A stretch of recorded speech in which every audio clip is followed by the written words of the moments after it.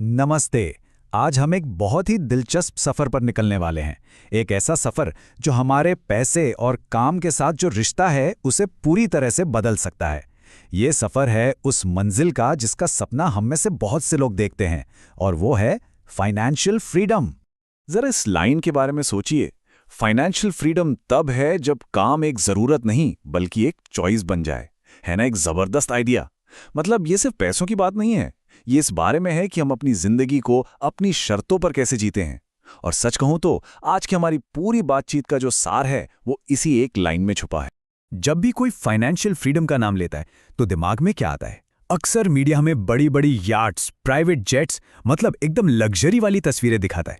पर असलियत में इसका मतलब कुछ और ही है, कुछ ज्यादा पर्सनल और गहरा।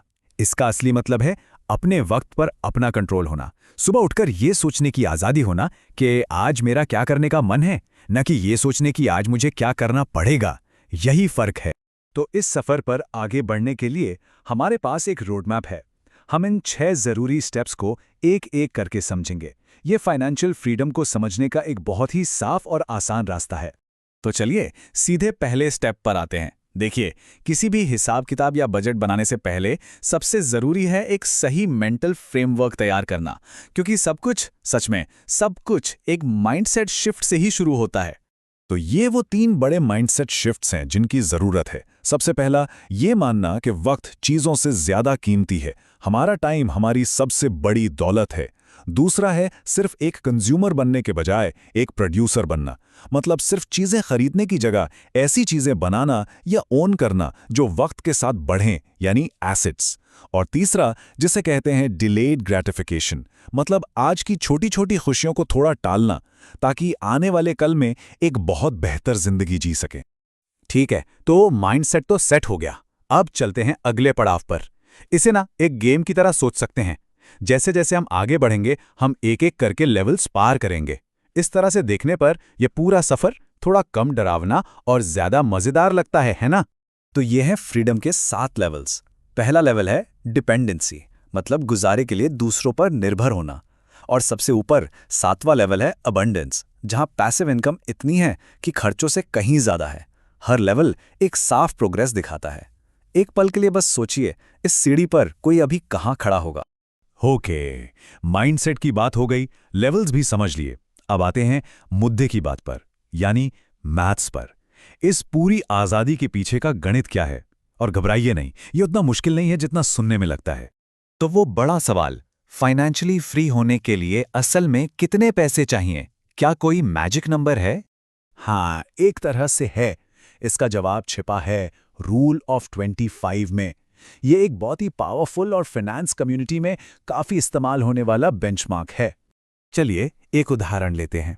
मान लीजिए किसी का साल का खर्चा 5 लाख रुपए है। यह हमारे कैलकुलेशन का पहला हिस्सा है।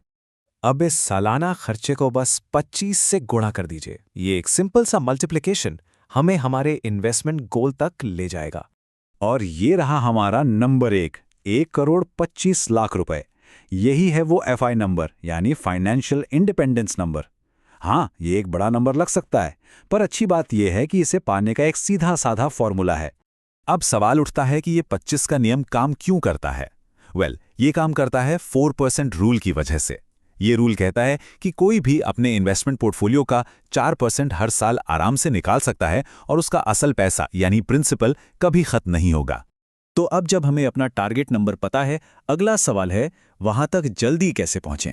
इसके लिए 3 मेन स्ट्रैटेजीज हैं जिन्हें हम 3 पावरफुल लीवर्स भी कह सकते हैं। ये स्लाइड इस बात को बहुत अच्छे से समझाती है। यहां देखिए, जो इनकम है और जो खर्चा है उसके बीच का जो फासला है, जिसे द गैप कहते हैं, बस इसी गैप को बढ़ाना सबसे पावरफुल तरीका है। तो ये हैं वो 3 लीवर्स। पहला, कम खर्च करना ताकि वो गैप बढ़ सके। दूसरा, ज्यादा कमाना। और तीसरा, अपने पैसे को इन्वेस्ट करना ताकि वो खुद भी बढ़े। लेकिन सबसे ज्यादा जरूरी है सबसे पहले उस गैप पर फोकस करना। पर इस रास्ते पे एक बहुत बड़ा विलेन भी है, एक ऐसा जाल जो ज्यादातर लोगों को जिंदगी भर काम करने के चक्कर में फंसाए रखता है। फाइनेंशियल फ्रीडम की इस खोज में ये हमारा सबसे बड़ा दुश्मन है। इस स्लाइड में सबसे इंटरेस्टिंग चीज ये है कि ये सबसे कॉमन फाइनेंशियल गलती को दिखाती है। लेफ्ट साइड में है लाइफस्टाइल क्रीप का जाल, मतलब जैसे जैसे इनकम बढ़ती है खर्चे भी बढ़ जाते हैं। नतीजा बस एक ही जगह दौड़ते रहना। और राइट साइड में है आज़ादी का रास्ता, जहां इनकम तो बढ़ती है पर खर्चे वहीं रहते हैं।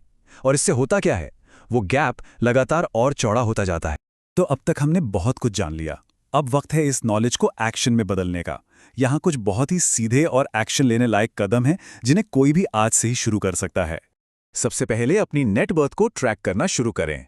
दूसरा, अपने खर्चों का ऑडिट करें, कहाँ पैसा जा रहा है। तीसरा, एक इमरजेंसी फंड बनाएं। चौथा, अगर एम्प्लॉयर की तरफ से एलपी जैसी कोई मैचिंग स्कीम है तो उसका पूरा फायदा उठाएं। और पांचवा, अपने सारे इन्वेस्टमेंट्स को ऑटोमेट कर दें। ये बहुत ही आसान स्टेप्स हैं जो आज से ही लिए जा सकते हैं। और आखिर में बस एक सवाल, अगर कल से काम करना जरूरी ना हो, एक चॉइस हो, तो कोई क्या करेगा? इस सवाल पर जरूर सोचिएगा, क्योंकि इसका जवाब ही बताएगा कि फाइनेंशियल फ्रीडम का असल मतलब क्या है। हमारे साथ जुड़ने के लिए शुक्रिया।